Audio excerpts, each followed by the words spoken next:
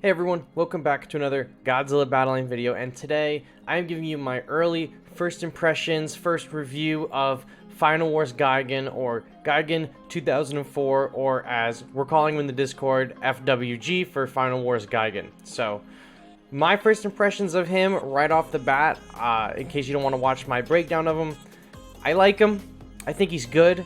I don't think he's meta. I do think that he is a good sub in your team if you don't want to run King Caesar. You could run Final Wars Gigan. They do almost the same, but you do have to know that Gigan's DPS is very low. He has not a great attack for some reason, but he has decent health and he has like good speed, and his stun is really good. But if you want big front-loaded damage, you're going to want to go with King Caesar or Mothra Leo. But you can pretty much use Gigan to the same effect that you would with those characters. That's what I've been doing, and I've been having some success with it. Normally, I would use King Caesar to like block something or take down an evolution unit, but with the range of Gigan's like chain hook ability, he can get pretty far actually. So you'll see on the screen, I used him like 3 or 4 times in this battle, and he's pretty versatile. He can like cross map, not like cross map a character, but if he can grapple a character, he can pretty much move across the board, at least half of the board. You know, he can cover pretty much an insane amount of ground very fast. Additionally, he's very good at just slowing down units and taking aggro, so this is probably one of the reasons I'm gonna actually keep him in my current deck right now, is because if a Godzilla Ultima is on my leader, if you can time that stun right after an Ultima's attack, and Gigan stuns the Ultima and pulls up on him, he'll take the aggro. It's the same way when like Manila or Sanda, you stop an opponent from attacking and then they switch targets.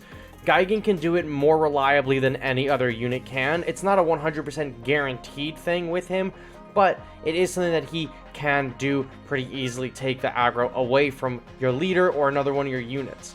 Additionally, the bug that's going on with Manila and the tanks where you can indefinitely freeze a unit is way easier to abuse with Gigan 2004, and I don't want to recommend that's what people do, but you can see in this video I actually do it just for, you know, footage sake and testing sake. I do it to this G89, I believe, coming up. I hit him with Gigan and I hit him with Sanda, or maybe not this G89, but eventually in this match I freeze this G89, and you can stun. I've seen the characters get stunned for a long time, like the whole match, and then just be like subject to like all of my characters attacking them. Or I've seen them be stunned for way longer than they should be, then they just get right back in the fight if you can't kill them. So take that as you will. You can just super abuse the stun lock with Gigan. Additionally, with his stun lock, it is worth mentioning that if you are facing another Gigan 2004 and they lock eyes with each other, they can chain themselves and they'll just go into an indefinite cycle of chaining one another over and over and over and over again. It just doesn't stop until a new unit is on the board or that attack cycle is broken. Use like a freeze or a dimension tide or something. Anything to disrupt their movement or attack speeds will break that chain, or a new character on the board, they'll retarget and go for that character. So it is insanely hilarious to watch, but it is super annoying if you get stuck in like a 1v1 with a Gigan on Gigan. I could see maybe this is an issue in the PvE stuff, but I don't know. Gigan, I think, also will be pretty good in the PvE because he'll be able to stop units from moving. So when the G21s or Kongs start coming at you in those higher up levels, that's something to definitely consider. Next up, I have his stun range is really, really good. As you can see, he wraps the opponent in a chain and then he flies to them. We've discussed that a few times, but look at the screen right now. That's like 3 or 4 tiles easily away. That is a very large distance to cover in not a very short amount of time. He'll get to an enemy unit before King Caesar does. I think he might get there before Mothra Leo, but look at that G9 was stunned for way too long. You saw what I mean? But that stun is really good because you can put him next to or behind a unit and he'll just go for him and grapple and pull himself. So I really am a fan of his stun. He can stop King Caesars. He can stop G89s from coming through. He can stop G21s. He can stop Burning Godzillas. Whatever is on the ground, he can stop. And he has a little nice AoE attack as well. He doesn't do a lot of damage, but after he chains and he does his little scythe swipes, it's like a small AoE. It's the same way that Kong's hit is an AoE, where sometimes you kill 2 units. Same thing for Gigan here. Next, his DPS, he's not a very DPS heavy character, as I've been saying. He's mostly the utility for the chains. His DPS is probably the lowest out of any of the 4 stars that we have, especially at such a low level for levels 1 and 2. He does like 111 damage, I think, at level 2, and that is, like, not a lot. Like, he's even lower damage at level 2 than, like, Jet Jaguar is. But his health is pretty... So far, his levels 1 and 2 health are the exact same as Fire Dance pre-evolution, just wrote in 1993. He has the same, so far, health as that, so not a ton of health, but he has enough. My level 2 Gigan is definitely surviving in the 60s in the ranking, so look at him against the Space Godzilla. Like, he just took a hit from whatever level that Space Godzilla is, and that's not any small feat, you know. Space Godzilla doesn't hit extremely hard, but at this point, I'm expecting Space Godzilla to be a little bit higher level than my Gigan, especially in the arena that I'm playing in, you know? So, that was pretty good right there on the screen. I mentioned he's infinite stun. I'm just checking my notes. He's not very much into DPS. He is more of a utility for the stun in that range and the taking aggro. He's kind of almost like a tank where he can stun up a unit and then take aggro off your other units and give them some time to attack, which is really nice. A big drawback is he cannot attack flying units, and this is leading me to believe that maybe modified Gigan 2004 with the chainsaw hands, whenever he comes to the game, will be a flyer and be able to attack flying units, because right now this Gigan cannot attack flying units, which is unfortunate, because if this Gigan could wrap up and chain flying units, I think he would be all over the place. He would be pretty dominant, but just stopping the ground units is fine too for now. There's a lot of really good units on the ground that you would want to lock up, like Manila, Biolante, Godzilla Ultima, and Gearus these days, G89 especially, so being able to lock them down and get a few extra hits in them is pretty solid, especially because you don't want them to get to your leader, you know, and do a lot of damage. He can stop them, he can buy you some time. It is 4 energy costs, but that's pretty good for a 4-star, considering most of the 4-stars we get are like 5 and higher, so that's a big plus for me.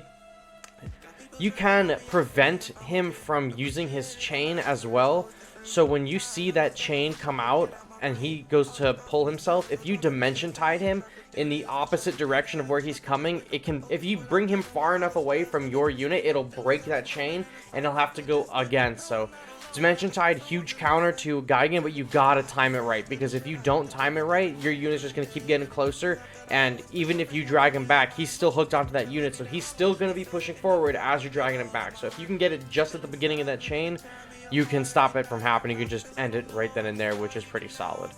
Overall, my final thoughts on Gigan: I don't think he's meta. I don't think he's going to be meta for a little while, but I think he is a decent unit to add to your team. If you have a lot of them, if you have like 3 or 4 pieces of him, sure, go for it. If you have him at level 1, it's whatever. I mean, his stun is pretty much while you're using him, and I think it provides a lot of utility to the team, so I still think he's decent at level 1 just for the stun, but he is just going to die quickly. Like I said, you're not using him for DPS, so I'm not relying on him for DPS. He basically, in my deck, is taking the slot of, like, the Kamakuras, right? He's a little bit more expensive, but he can take aggro, and I was using him for the challenges in this battle, but I think I'm going to workshop around him, because I think having a Sun deck would be really good with him, but a Kiryu Absolute Zero Cannon Leader stall deck might see a lot of benefit from Gigan as well. He is not, like I said, not a DPS, so you're not going to want to send him into a 1v1 like against the G89 right there. So you can see that I abused the freeze right there, and that G89 is frozen for way longer than normal, and I was able to get some hits in, but not very much. You don't want that to happen with Gigan. You kind of want to send him in a big team fight, because if your team is trying to overpower the enemies, you're going to want to lock down one of those units completely, and that's just going to help you survive more, obviously. So he's not a very good 1v1 character, but in a big team, he definitely provides a lot of utility that I think, while not necessary, can be essential for some setups and compositions. So that's all I got to say about him. I do really like him. I do really like his kit. I just don't think that he's meta or is going to be meta, but I think if you get him, especially as a new player, really early, he's going to be a huge help to you. And I think for late game players, if you're using any kind of stun deck or need to shut down the high level G89s and stuff, you could sacrifice for 6 energy. You could do him and the Sande and just shut down a G89 until you kill it, right? So pretty huge. We don't know what the patch is, if ever there's going to be a patch for the infinite stun, but while the infinite stun is still in the game, this Gigan makes the most use of it, so that can be something that you do, although I don't recommend it, because people could report you for cheating if they don't understand what's going on. But with that being said, thank you all so much for watching. Do you have Gigan 04 or Final Wars Gigan, however you want to call it? Let me know your thoughts on him down below, if you pulled him, if you haven't, and if you want him, or what your hopes are to put him in your deck. So thank you so much for watching. I will catch you on the next one. Peace.